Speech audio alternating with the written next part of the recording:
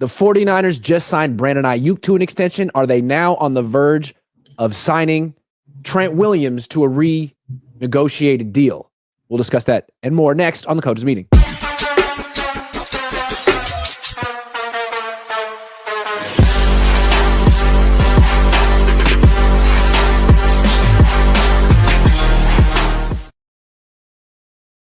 What's up? Good afternoon. That's the coach. I'm Grant Cohn. Welcome to the Coaches Meeting. There was big news yesterday.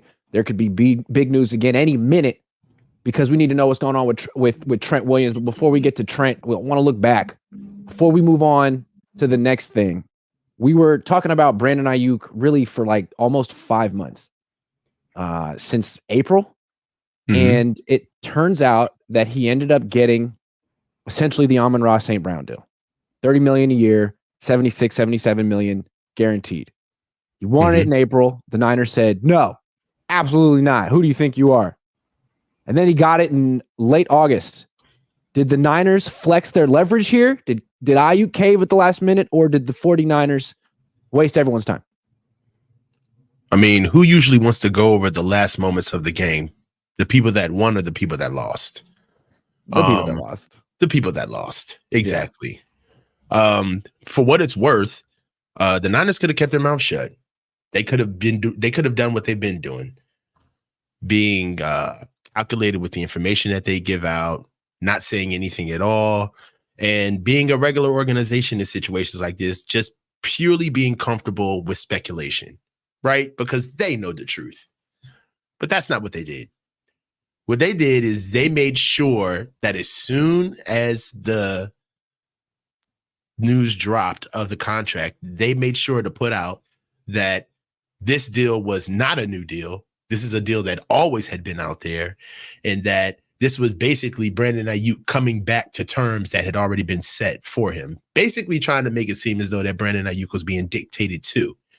And nobody really cared about that at the moment until they did it, until they made it a thing. So, I mean, a hit dog gonna holler, man. Yeah, they bended the knee, and they're showing it.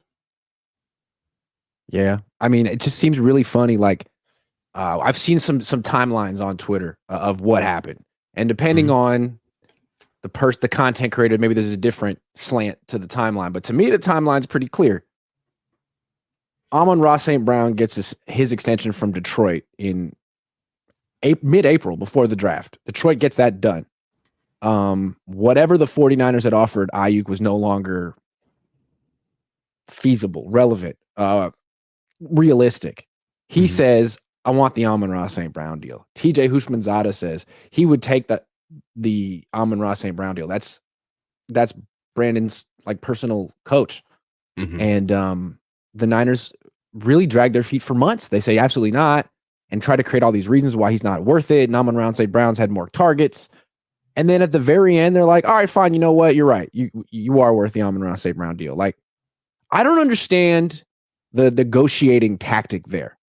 Low ball first, cave in at the end, give the guy everything he wants. Like, seems like they did that last year with Nick Bosa. And I don't understand. Like, if you're going to wait till the very end, I want to see some type of a win. I agree with you 100%. And forgive me. And for context, Grant hates it when I look at my phone while we're going through a show. So however, it's serious. It is serious. Yeah. What I wanted to do is I wanted to find the tweet of when, here it is, that report from TJ Houshmandzadeh got dropped on 957 The Game, and that was on the 8th of August. Okay. So but I think he had been on 95.7 The Game in June as well. Exactly. Saying like, why is this taking so long? Brandon would take the Amon-Ra St. Brown deal.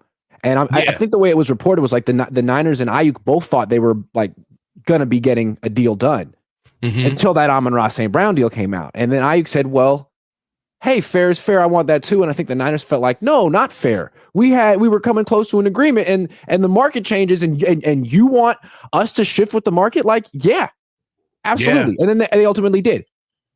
Yeah, I mean, I agree with that 100%. Like, the Niners, the biggest thing that the Niners, the biggest sin that they have to own during this entire negotiation is just them sitting on their hands. I really don't know what they were waiting for. No. At what point did you believe that the market was going to go down?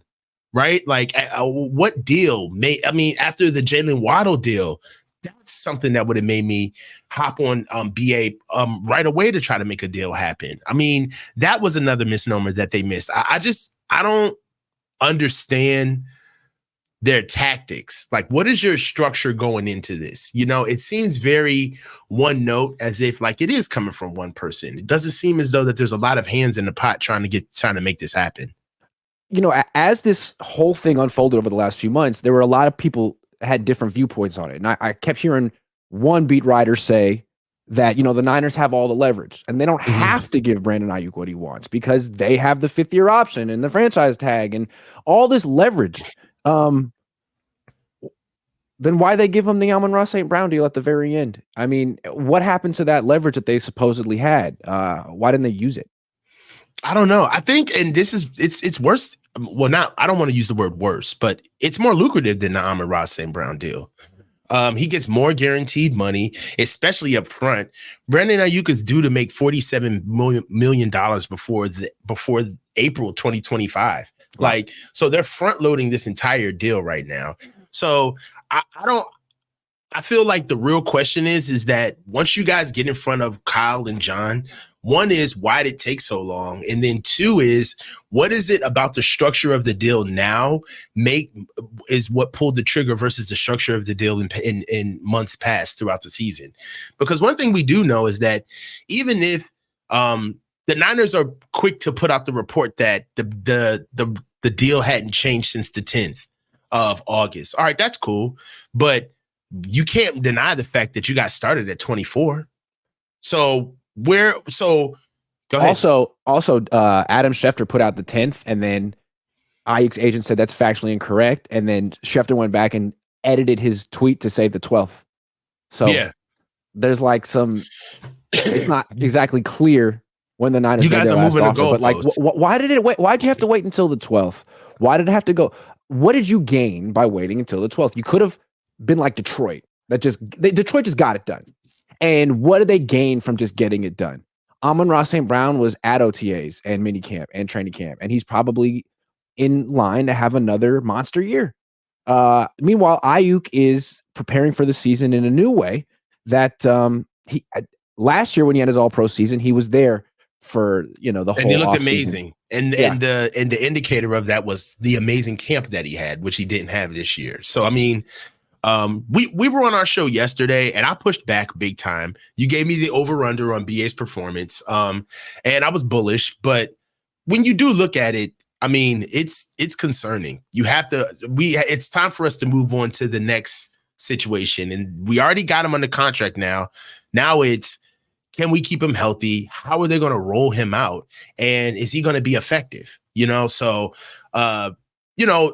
the story with Brandon Aiyuk is far from over. I mean, we got him in the building now. Now we just got to see if he's still Brandon Aiyuk. And I know that sounds crazy, not from a talent standpoint, but you can't just flip the switch. Nick Bosa couldn't flip the switch. Thank you. That's exactly what I was going to say. Like we should have learned about this last year. Clearly, training camp has value.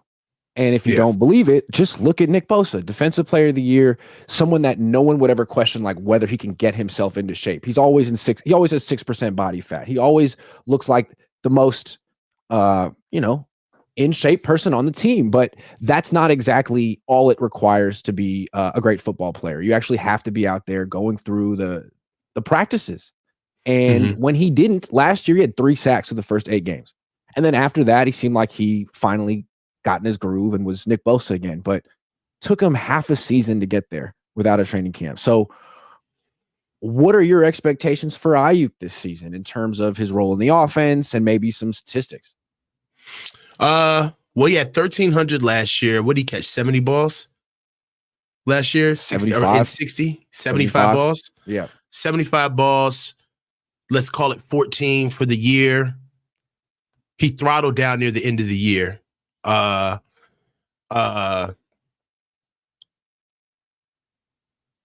would say he still gets a bill. I'd say Brandon still gets 1,000.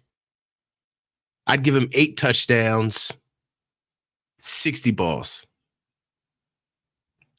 I feel like early on in the season, he's going to have he's going to have some games where he doesn't get a lot of targets or he's not as efficient as he was in the past. I mean, he was averaging almost 18 yards a catch on 5 catches a game. Not a lot of guys can do that. And I don't know if he's going to be able to do that right away. I also wonder if he's going to be like an integral part of the offense early on, or if they're going to say like, you know what? He hasn't been here. We don't want him to pull a hamstring. We don't need him running like playing 70 snaps a game. Like, let's slowly build up his playing time, like that kind of stuff. Well, I mean, you would be able to roll him out if Ricky Pearsall was healthy. I mean, there's that. So, or Juwan Jennings. Or Juwan Jennings was healthy. That's the other thing. Yeah, they need him back in the worst way because they're banged up. Yeah. They're nicked up. You know, so right now you're gonna have to be careful with Brandon Aiyuk, but at the same time, it's like one of those situations where it's like, think about it like as in like basketball, where the famous nights where it's like Kobe's hurt or Jordan's hurt, and it's like, you know what? We're gonna get him out there for like maybe 10 minutes. All right, just to get him a good lather, then sit him down. And then all of a sudden you guys are down by 5 and he's up to 25 minutes. And it's just like, fuck it, let him play. Let him play. We gotta win. We gotta win. And I feel like BA will get into that situation where in theory, they're gonna wanna ramp him up the right way, right? Yeah. They're gonna wanna be calm with him. Yeah. But it's gonna be fourth and whatever. The Jets week 1, and it's going to be like, dude, get out there. He's full go. He's playing. So, but here's what's crazy for him, though. Like, week 1, you haven't practiced at all this offseason. You're going against Sauce Gardner. One of the perennial corner in the league right now. If, like, from Kyle Shanahan's perspective, like, if I were him, I wouldn't necessarily be building my game plan around 11. But Grant, you do know that this is the Niner way is the toxic way. Oh, you do understand that they will sit there prim and pretty and expect him to be a $30 million player day one. Oh, yeah. They will. Yeah. Like, and if he's not, it's on him. Exactly. Like, there is we're glad you're here.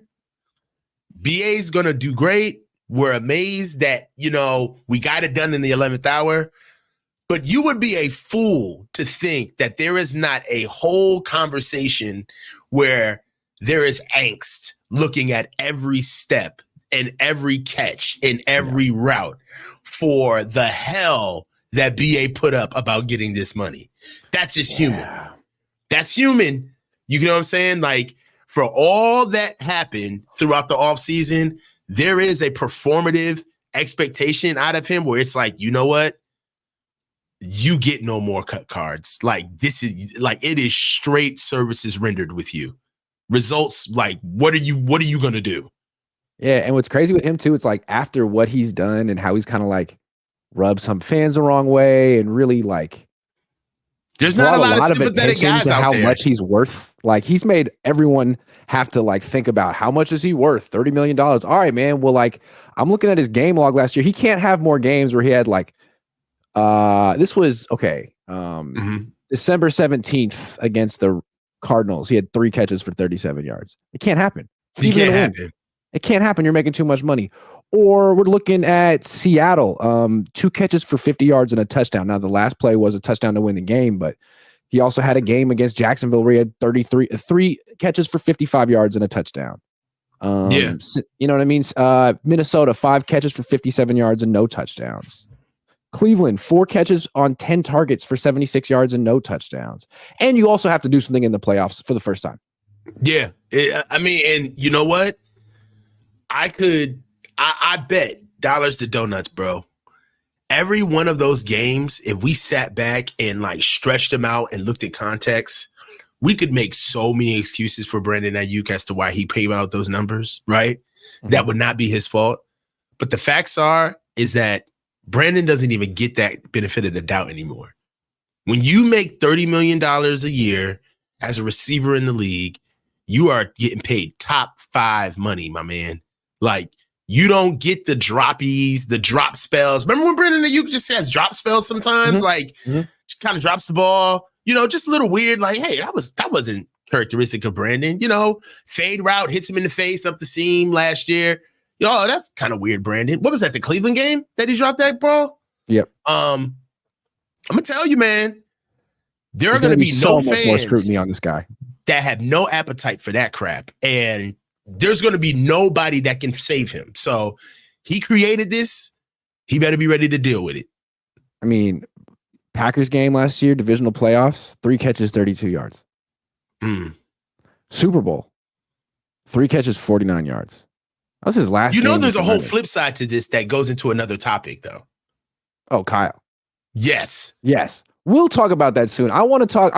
Let's tease. I like that. Let's tease that. You like that? Let's get into Trent Williams, the star of the show. He's really the biggest story with the Niners right now. It's like you got Brandon Aiyuk back. Great. You know what? You have a ton of weapons. You don't have a ton of good offensive linemen. You got one, and he's not here right now. And he seems to be threatening retirement, and he doesn't have to come back and play. So do you think the 49ers will do what they did with Aiyuk, take a hard line, and then right at the last minute, make the guy's dreams come true? Yeah. I don't think they even towed the hard line with Trent. I think that they're just going to pay him. They have to. And not for nothing, even though Trent hasn't we don't know what the situation has been between Trent and the 49ers. There could have been offers where Trent has turned them down and said no. We don't know because they're not talking. But what we do know is that without the talking, if you just look at the positioning of what's going on, Trent's situation is a little bit more egregious than Brandon's. Like, Trent's smack dab in the middle of a deal. Like, he's nowhere near the end of his original deal. He just literally picked up and decided, I want more money. And not only do I want more money, I want it guaranteed. And I feel like he's using his leverage in the position of the career, in the position of his career that he's in. And the Niners allowed him to do it. Again, this goes back to the Niners. What are we doing in the first round? What are we doing? We're drafting Ricky Pearsall in the first round. That's what we're doing. All right. While Kingsley Suamate and Rosengarten are sitting right there in the first round for us to be able to finally get a replacement for Trent. All right. And dare I say, get a right tackle in his stead while Trent is there. We could actually make Trent dig his own grave at gunpoint. Play with your own replacement. Yep. But we allowed Trent to sit back and not only see that, but understand that they missed an opportunity because there's nobody that they can replace him with on our roster. But for effect, just to show how much of a blind spot this was, they paid Christian, who was in the same situation, who was in a deal, and he held out. And for effect, not only did they pay him, they hand-delivered it to him during his wedding. Like, come on. The optics cannot be any more tone-deaf, Grant. Yeah. So really, the Niners almost deserve this situation if you look at it from just a straight business situation. But for those of you who demonized Brandon Aiyuk for wanting his money in a selfish fashion, there's no way that you can't think Trent is being selfish. Yeah, I'm not really concerned about, he's being selfish. I'm just concerned about predicting the future here. And it seems like if the Niners go all that trouble to have leverage over Aiyuk, they drafted Ricky Pearsall. They threatened to fine him if he didn't come to practice the last few days.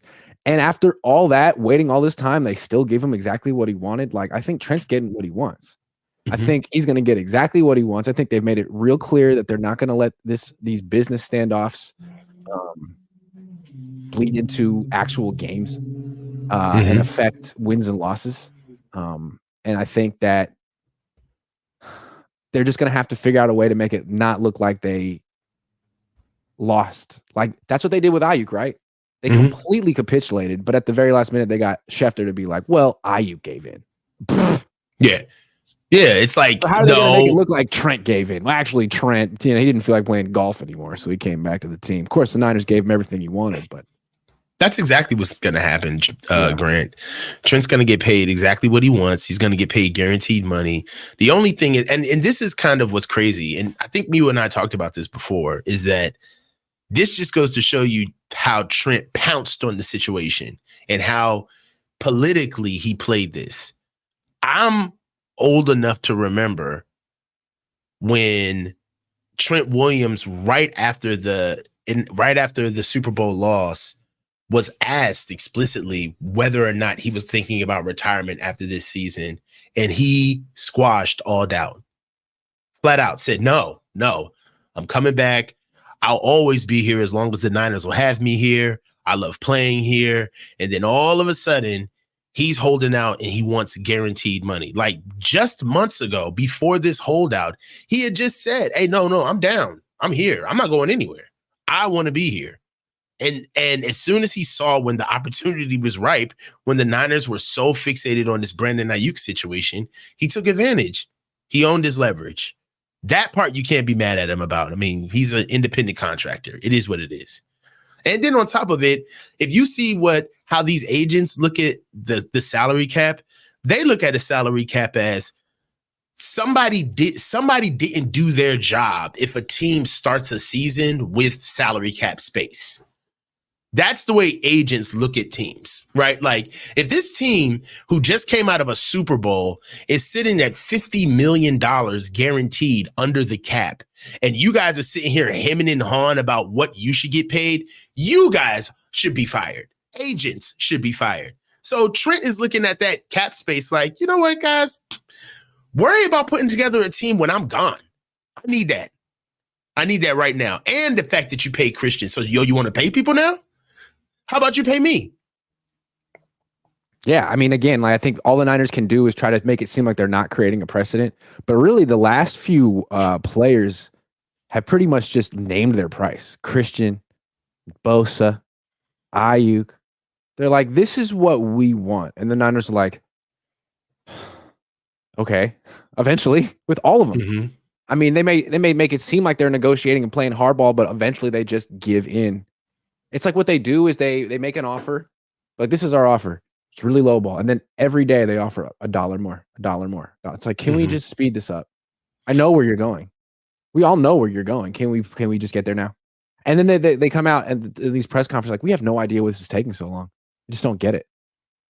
I feel like it comes off really childish, honestly. Like it feels like the organization doesn't have like emotional intelligence. They fly off at the handle and they say, hey, Brendan, you're getting paid $24 million. And it's like, all right, well, if I'm getting paid $24 million, then get me out of here. And it's like, oh, well, you don't need to get out of here. And it's just like, well, wait a minute. You're talking out of both sides of your mouth. I think Brendan Aiyuk said it at the time when he said it. I really took it as like an arrogant remark.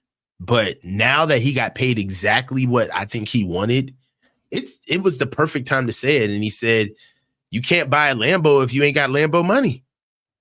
Like, and he knew exactly what he was going to get paid. Like, and I don't understand the standoff from the organization. I think the biggest question for the organization is when did you believe that you had to come up off 24 million? And whose final, since you guys did it all, whose decision was it to go to 30 and make Brandon capitulate to $30 million? Great question. I have theories. To me, the lowball initial offer and all like the drawn out process, I'm guessing, is Parag. Okay. Because Parag Marathe is still very powerful in this organization, and he must have a job, and he must want to justify keeping it. So instead of just writing whatever, giving that player whatever he wants as soon as he wants it, Parag steps in and does his thing and pisses the player off for months, and then ultimately has no power, can't make a decision. Kyle Shanahan comes in at the very, very end and says, I want my star player. Pay him what he needs.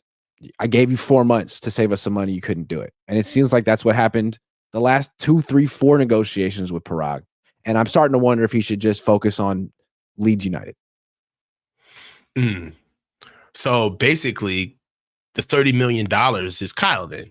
Kyle is the one who said pay him his market worth. Pay him the 30. Yeah, I would think so. I mean, like, I'm under pressure to win a Super Bowl. Ricky Pearsall's hurt. I can't trade this guy for another wide receiver. I need him. I'm making a football decision, not a business decision. It's my team. All right, but wouldn't the business decision be to chop off Parag's decision making as early as possible, because his decision making doesn't draw syntax with the league, right? Like, all right, you want to pay him this lowest possible for the organization. We get that. Every organization wants to do that. But at what point do you map your process to real time and understand when there's a time to strike? That's my problem with the Niners. It's like, all right, you got your SOP. Like, this is the way you want to do these things. That's okay. But at what point do you marry this shit to reality, where it's like, all right, we want to underpay him, but the draft is coming. We want to underpay him, but other people are getting paid. The market that he's in is only going up. So at what point did the Niners, what did they think they were going to do? You know what I mean? Like, that's what I don't understand. How do we see this and they don't see this? That's my question. Can you I just think it's funny. We spent a whole offseason getting told about their leverage when all it took Aiyuk to get what he wanted was to wait. All you had to do was wait. And they said, like, we hope he'll be at practice. Like, oh, well, I'm not. And it took 2 practices, 2, for them to be like, all right, man, enough is enough. This is crazy. What do you want? It's like, you know what I want. I'm just waiting for you to give it to me. Just like Bosa waited. Just like Brock's going to wait. Like, the era of them playing hardball and getting players to, like, agree to team-friendly deals are freaking over. And all they're doing is wasting time and pissing people off. They really got to update that. And it's like, are you going to do it to Trent? Like, why don't you just give him what he wants today? What are you waiting for? You know you're going to give it to him eventually. It's going to be today or next week or week 3. Well, just get over with, man. Stop pretending like you are like Donald Trump in the 80s and you're like mastering the art of the deal. You're not. I don't understand. I mean, he did. I feel like it would help the team a hell of a lot more if they just got the deals done. You know, get it done. I don't understand why Brandon Aiyuk had to miss training camp if this deal was done on. So wait a minute. So like not only did they not save money by waiting on Brandon, it cost them money, millions of dollars a year. So was Brandon accruing fine? Let me ask you this. Was Brandon accruing fines during training camp? I don't know. Okay. If he was holding in, I think the answer is no. And I think they would have been fining him the last 2 days since the 53-man roster came out. But I'm sure they'll just give the fines back in his new contract. Like, here's a $80,000 bonus that covers those things. Thanks.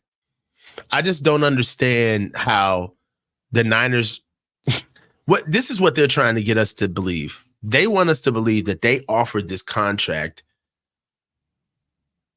20 days ago. Okay. And throughout that time, for 20 days with this contract, they have not touched it. It's been out there waiting for Brandon. And that Brandon has been the guy who's been like, you know what? I just don't want to practice. Right. I don't want to play. You know what? I'll get at you guys right to the point of when I have to start paying money. So when it gets to the point where I got to start paying money, then I'll take your deal. Is that what they want us to believe? Sure. But even if that's like the case and Brandon waited an extra 16 days or 17 days just to see if the Niners would up their offer, like I would too. Because you upped your offer for Nick Bosa. Like, that's just business, man. Like, don't act like he's a malingerer who doesn't want to work, because we know that's not the case. But the real issue here is, why did it take until August 12th for you to make this freaking offer when the Detroit made it for Amon-Ra in mid-April? Like, again, what do those 4 months gain you? Because we know what it cost you. That's the point, though, Grant. the point is that the reason why it took the only incentive that Brandon Aiyuk has to wait all of that time is because the Niners don't want to admit the fact of how many times they upped the offer and he said no. There's probably a lot of different contract offers that they probably sent to him. 24 to 30 million is a long way. That's a long way. There's a lot of offers between that 24, but in that $6 million. And well, look, go ahead. No, go ahead. Go. I'm going to do something shameless in a minute. So finish your thought. No, shameful. Go. I think now is a good time to give away a signed Brandon Aiyuk jersey. I've been holding this one for a while, but I realized that Niner fans weren't so keen on it because of what Brandon's been up to. But hey, he's back. He's a Niner. You love him. Here's a Brandon Aiyuk signed jersey I'm giving away. How do you get it? Oh, it's easy. Download the Sleeper app. Use promo code Cohn, C-O-H-N. They track people who use that. And if you find a way to use that, you could win this. And you know what? There could be 4 people who enter the thing, and this is worth hundreds of dollars. Brandon Aiyuk actually signed it himself. This is for the Sleeper app and the Sleeper people who, sponsored this show. So let's make some sleeper picks. Shall we? Let's make NFL, of course. All right, let's check out what the Niners got cooking. McCaffrey, Kittle, Purdy, Moody. How about Aiyuk? How about Aiyuk? Receiving yards. Is he there? Hold on. I want to know. No. They haven't not ready yet. for that. It's too much. Okay, let's just do what we got then. Let's do what we got. McCaffrey, let's do Kittle. 49.5 receiving yards, week 1, George Kittle. As we're doing over under? Yep. Over. Kittle's such That's a good linebackers right? don't really do their thing. They don't do the thing? Mm-mm. Last year, week 1, Kittle had 3 catches for 19 yards. Pittsburgh. Week 2, he had 3 catches for 30 yards against the Rams. So that was, you know why though? If you remember, the first part of the season last year was the CMC show. It was everything was ran through CMC. Like his usage rate was through the roof. I don't think that's going to be the case this year. I think they're going to try to pace him. You don't think they're going to try to pace him to the playoffs? Hell Kittle? yeah! Especially Kittle, with Jordan. Are they going to pace Kittle? No, but Aiyuk isn't quite in football shape. They might have to go to Kittle in this one. Yeah, I think so. Okay, I'm going to go over. Okay, I like that. You talked me into it. McCaffrey, 76.5 rushing yards, more or less, or rushing touchdowns. I feel like that's an easy one. He almost always gets a rushing touchdown. Rushing touchdown. I like that. Yeah, give me He's that. addicted to those. They always give him all the unless they're going to start giving him to Jordan Mason, which I don't expect them to do because Christian's not that generous. Sorry, Christian. Jordan, Jake Moody, 1.5 field goals made. Yeah, this is going to be I think this is going to be a defensive game, so I'd say yes.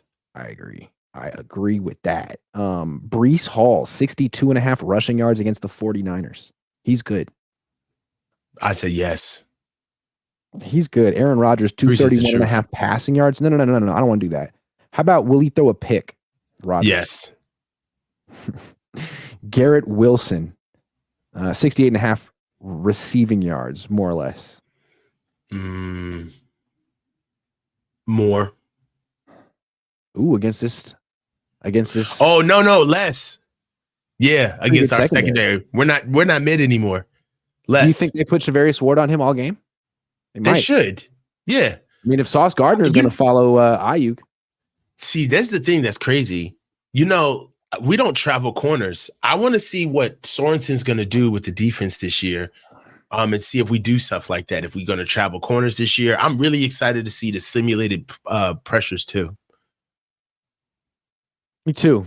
I'm putting $10 on it to win a possibly 186 because I got how many picks I got? 6 sleeper picks, and we're bullish on Kittle's yards, McCaffrey's rushing touchdowns, Moody's field goals made, Breece Hall's rushing yards, Aaron Rodgers interceptions. And we think the Niners are going to keep Garrett Wilson in check. It's going to be a defensive heavy performance. Again, if you want to play, use promo code Cohn, get the deposit match on your first deposit up to $100. But most importantly, Your favorite player on the 49ers. You always loved him. You never said anything bad about him. Brandon Aiyuk. He's back on the team. You can have his jersey signed. You can be his number one fan. All right. I would kill if Maryland let us do the betting. We don't, we can't do the sports betting online. Why do they do you like that? It's the weirdest crap ever, bro. I don't get it. But I really would love to play on the sleeper app. You know what you need to do? You need to write a strongly worded letter to your congressman. Yeah. He needs to hear from his constituency. To whom it may concern. Yeah. Yeah. To whom it may. Yeah. Yeah. Sir. Sleeper. Yeah. You dumbass. Come on. Yeah. Let's get it done. All right. Here. We're talking about we talked earlier about the pressure that Brandon Aiyuk is going to be under now, and the scrutiny that he's making all this money. Well, what about Kyle Shanahan too? You got one wide receiver making $30 million, the other wide receiver making 24, quarterback in a contract year. Your offense just ranked 32nd out of 32 teams in passing attempts last season. I mean, if he still has the number one offense, he can do it however he wants. But is he also under pressure to like pass more this year? Yeah, he's got yes. In certain aspects, paying Deebo Samuel at the time of paying him, right? We got to understand, like Deebo didn't have a 1,300 yard or 1,400 yard passing, receiving yard year. Deebo's claim to fame was the fact that he was like a wide back. That's what put him in the position of, it's time to start paying him serious money. And him getting paid $24 million a year at the time, up into 28, I believe he's getting paid 28.6 this year, was for a myriad of reasons, not just him being a receiver, right? It was, what he does in the return game, what he does on the ground by that out of the backfield, and just all of the different weapons that, would replicate why he gets that type of money. Brandon Aiyuk is purely a receiver, and I don't think anybody's going to be thinking about that $30 million watching BA stock block somebody on a screen. They're going to want to see him run routes. They're going to want to see him get open versus the best corners like a Garrett Wilson. They're going to want to watch BA be the guy in the room that gets the Justin Jefferson rep, that gets the Jamar Chase rep. And you know what that rep is? That's the everybody in the building knows you're getting it. Go up and go get it. It ain't no route. It's a fade. Go get it. And you got to be just the alpha. And that's what you're going to need out of Brandon Aiyuk.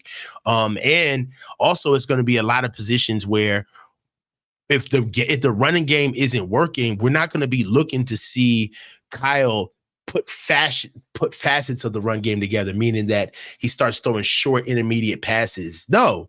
If Brandon Aiyuk is on the field, we're going to want to see him win with intermediate routes. It's going to put a lot of pressure on Kyle, and in a lot of different respects, it's going to put a lot of pressure on Brock. So when you pay guys the way you have on our team, especially on offense, the offense in a certain way, whether you want to or not, it becomes a little bit predictable. But that's just the price of paying. That's the price of playing the game. Like you pay a guy $30 million, everybody knows he's getting the ball. Yeah, Kyle's got to get him the ball now. Forget your scheme. It's going to be get him the ball. Yeah, it's an interesting season. Like Christian just got paid. He got his guarantees. He's been injured all offseason. He's had a recurring calf injury. And it's like they've even said they want to run the ball with him less, maybe pass to him a little bit more.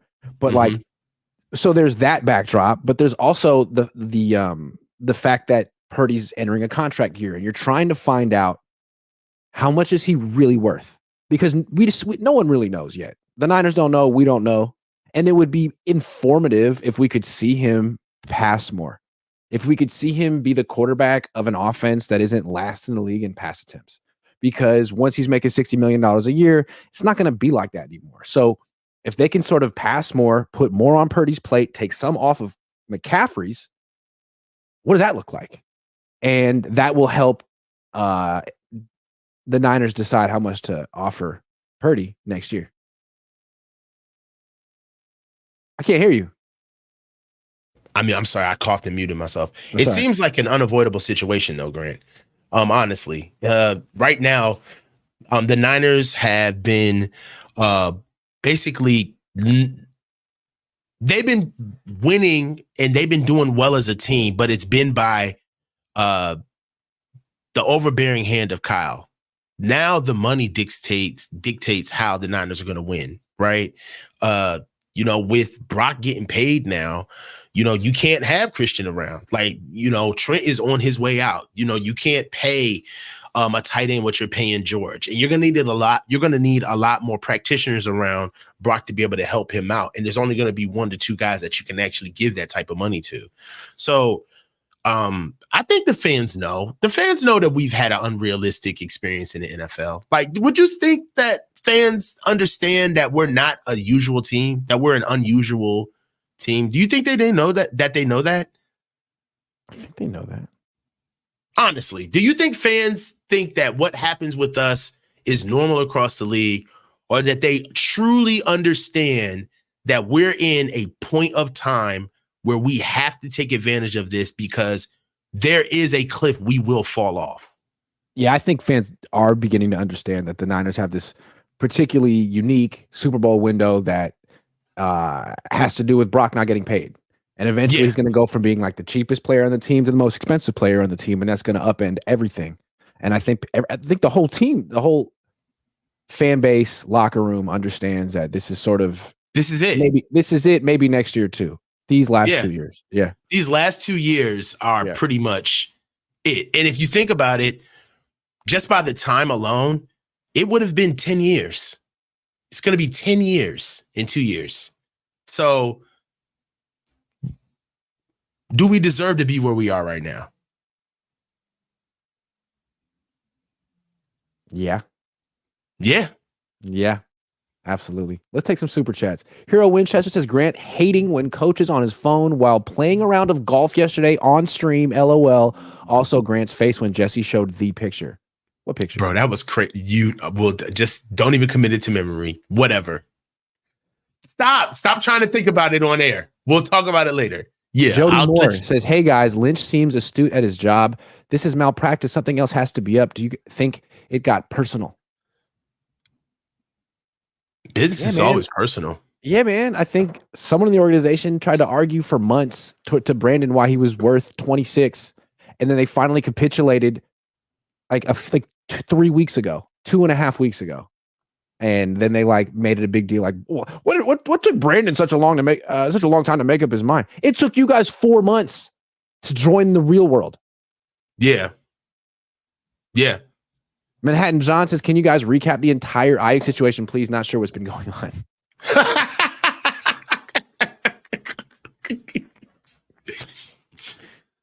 Yeah, the Niners waited 4 months to do what they could have done in April. End of story. There we go. G-Dog says, should have paid Trent right after Sewell got money. Doesn't it seem like the Lions are beating the Niners to the punch in like all of these procedural moves? Well, they're younger.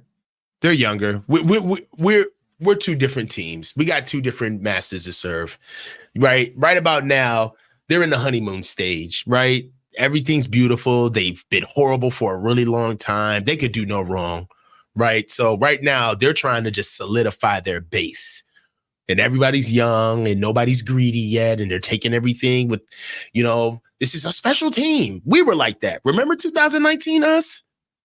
Remember how romantic this team used to be about winning and, the revenge tour and reload, and nobody does it like us. And we're the best team in the world. Like, we were very romanticized in like the 2019-20 era. But I feel like we've kind of grown up now. Now, shit with the door open, relationships got a little weird now. I mean, the relationship got older, Thank you for letting us into a brief glimpse into your relationship. David Butler says $2 to say something positive about the Niners. Sheesh. Oh, we will dedicate the next section to you. You're not going to see that one coming. Jody Moore says BA had injuries, so no fine when he got cleared. Then they could fine. Yeah, his neck and his back hurt both at the same time. Helperman says, are we yard selling players off to get under the cap next year? Our cap looks atrocious in the coming years. We shouldn't be paying everyone like we are. Yeah, we're going to have to see how the Niners maneuver that one. It seems like they're really jeopardizing the future to give themselves the best chance possible this year. Mm-hmm. See, Eugene says, Grant, the clinking glass of ice water, taking sips, and chewing on ice cubes between hot takes is a flex on par with Fernando Gold. I won't do that anymore. I'm sorry. I don't know why I did that last night. It was uncouth.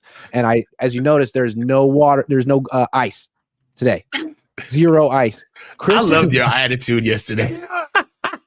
The attitude you gave me, like the vibe you gave me yesterday was like, Step Brothers, can you shut up? Just shut your mouth. Shut your mouth. Can you shut your mouth? Can you shut your mouth? Just shut your mouth.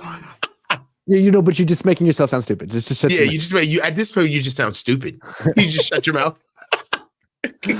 I guess I was a little delirious from 4.5 months of talking about him, and that it was finally over. It's nice. Chris says Niners paid Greenlaw early, and he was a steal pre-injury. They must hate getting a bargain. Pay Timo now.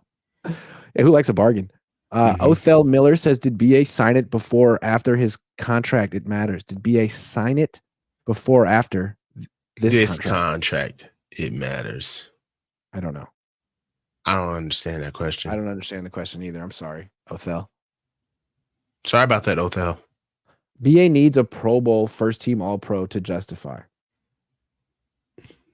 Apparently he doesn't. Gammon Brown says chat needs to wake up to Sleeper app and download it. Thank you, Gammon. D-Bug says, just use your promo code, Grant. Let me get it already. Nobody wants it. I've been watching every live and you still have it. Yeah, but now I'm going to give it away. Dream says, I blame Brandon, not me. We should pick up Sam Hartman and drop Allen. Okay. Manhattan John says maybe BA goes from 3-4 catches a game to 5 to 6, but when the chips are down, do we really think Kyle won't reach for the CMC? Yeah. Or Debo. Richard Hunt says, Steeler fan here. If the Niners ever kick you out, come to Pittsburgh. Keep crushing. Thank you very much. I appreciate you. People from Pittsburgh are just so swell. Super nice. Okay, last time. They're so wholesome, aren't they? This is dedicated to the guy who donated $1.99 thinking we couldn't say something positive. All right.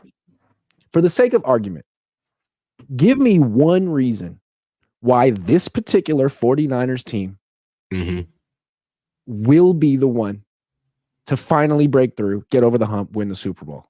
Just for the sake of argument. If it happens, what's different about this team? Why will this be? Why could this? I keep asking the question in the same way in different ways. So you got it. I use English. I still express myself. Yeah, basically. So why is it? But I say the question again. If this is the year that the Niners win the Super Bowl, why? What about this team could push them over the top? What's different about them?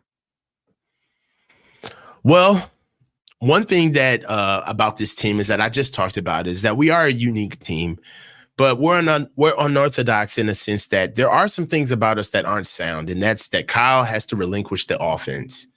And I think that from a coaching perspective, we've been thinking about that all these years. Does Kyle need to get an offensive coordinator? Kyle needs to get somebody else into the room that he's going to elevate. There needs to be another voice in the room. And the reason why we've always felt that way is because there's never really been any pushback from the other side of the spectrum. But I think there is now, and it's Brock Purdy. I think Brock is going to have to take over the next level of the offense. And that means that Kyle is going to have to start consulting to Brock about what he wants to run with how he feels the offense is going versus Kyle sequencing and designing plays. Because most teams where they're winning Super Bowls or they're actually in contention, they're not dictating to the quarterback. Lamar Jackson himself, which is in some eras one of the best quarterbacks in the league, but we all know that Lamar himself had developmental phases in his career where Lamar Jackson himself is calling plays in his offense. He's actually a part of the construction of how the offense is ran on a week in and week out basis. Kyle's got to loosen the grip a little bit, and I think he will. His trust in Brock is going to have to show through this season. And I believe that with the signing of Trent Williams, that's going to come soon. I still believe I'm holding out for Trent the same way I was holding out for BA. I believe that this offense, even though they have not had a full training camp together, the rest is something that's going to help them. The rest is going to be something that's going to help them down the road than it would be having camp. If you're being honest, They do need a camp, but enough of them have been there. This is a road-weary team, Grant. They've played a lot of games, and maybe this is the type of break that they needed to roll out fresh. I feel like they're going to start fresh. We're going to beat the Jets, and once we get past week 6, I do believe the rest of the season is downhill, on top of the fact that as far as the NFC is concerned, there's not a more talented and a more veteran team than us as far as knowing the experience of what it takes to make it through the playoffs and a Super Bowl. So I feel like the added tutelage of Brock Purdy, Kyle Shanahan giving more onus of the offense over to Brock Purdy, and us getting the much needed rest before the season is going to help us be able to pull it over the hump this year. I love it. That's a great answer. That was really thoughtful. Let me try two. I'm going to give a sincere answer. So go ahead. I interviewed Ira Miller this morning, legendary Niners reporter, and I asked him, like, what's your assessment of this team? Like, what do they need to learn from the previous regime? Like, why can't they get over the hump? And it's just like, man, it's all about finishing. Like, this Kyle has had leads in the fourth quarter, in the second half. You need to learn how to finish. You need to have a strategy. And it's like, the way that Walsh finished was you would pass to get a lead and you would run to salt it away to close it out. And it's like, Kyle has great running backs, and like McCaffrey's great, especially early in a game where you want that run pass balance and you want to keep defenses on their heels and build a lead. But like, once you have the lead in the second half and the defense knows you're going to run and what you're trying to do is just use up clock, he hasn't really had an imposing running back that can just sort of like bludgeon the defense when it's tired and win the game for you. Like, Coleman wasn't that guy. Mostert wasn't that guy. McCaffrey isn't that guy. Jeff Wilson Jr. wasn't that guy, and he was supposed to be that guy. No, I really feel like Jordan Mason is so perfect for that role. For a team that gets a lead and is up 10 in the third quarter, it's like, all right, put in Jordan Mason, man. Like, he's going to be the closer. He's going to be the finisher. So I feel like the potential of what he could add to the offense, particularly in the second half when they have a lead, as that guy that you don't want to tackle when you're tired and you're losing. I think that's a whole new element to this offense that could actually help them finish. I agree with that. And one of the best things about JP Mason is that you don't just have to wait to the end of the game to close him out. What you can do is get him in a position where him just being on the field can help Brock Purdy close out games, right? It's time to start using him as a weapon on this offense as well. Now, if we're being honest, there has been some pushback on getting him on the field because he had to basically climb Mount Turner. He had to get past Coach Turner. You know what I mean? So once he actually gained the trust of Coach Turner, I expect to see Jordan Mason used at a very high clip, and to keep Christian fresh. I mean, those carries got to come from somewhere. We overutilized him last year, the most he's ever been used as far as carries are concerned. And that's got to come from somewhere. And coincidentally, now he's already hurt. So we got to be able to carry, we got to be able to use Christian with kid gloves. And JP Mason is going to be one of those ways we do it. The Niners, since Kyle's been here, they've really had, speedbacks, smaller scat backs. Even McCaffrey's built like a scat back, even though he's a complete back. The addition of Jordan Mason, what he could add to the offense, they haven't anything like it. It's really intriguing to me. A power back who's built like Marshawn Lynch, who doesn't seem to know who Marshawn Lynch was, but runs like him. I mean, wow. It's amazing, what an addition to this team. It's like what they wanted, I don't know, Alfred Morris to be. Like, this is the real deal. I mean, I love Jordan Mason. I mean, I've been stumping for him for years. I think he gives the offense a different element. He actually, I mean, playing offensive line, running back is my favorite position. All right, in football, period. And the reason why is because I just respect the purest form of what the game is about, which is turning around, sticking the ball in somebody's stomach and saying, go forward, right? Run the ball. Yeah. Make 11 guys miss. Make 11 guys miss. Exactly. And one thing that I love about a back like Jordan Mason is that when I played, I don't have to babysit you to the second level, right? If I give you a seam or if I give you a crease, hey, man, bust the seams out that thing. Go. If you got to run up my back, do it. I don't care. But what I don't want to do is see you get breathed on and you're tripping up in the backfield. Or if we leave you one man to beat, we already know that wherever he touches you is literally where you get tackled. Like with Jordan Mason, there's so many other opportunity runs with him because you never know who he's going to make miss. You never know what gap he's going to blow open just because he's running hard. It's motivating for an offensive line to block for a backer like that. I used to love running, blocking for backs like that. So he's going to be awesome, and he's going to help a weak offensive line. Like, because if the ball's moving and you get a piece of a guy, that's a block. That's a win. Right. So I want him to play. Go back to some of these, like Kyle Shanahan collapses when he was in Atlanta, the last 2 Super Bowls, even the NFC Championship game against the Rams. Like, look at the game logs.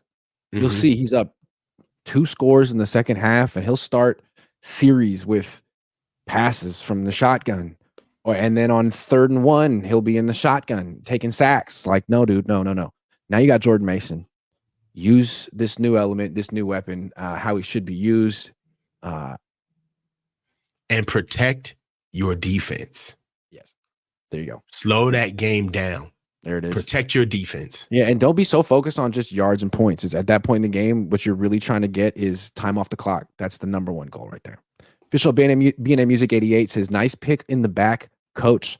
I was a Peppermill Pirate and a Marlboro Mustang. I was the front 7 version of Travis Hunter, LOL. Oh, he's from PG. He's from around my area.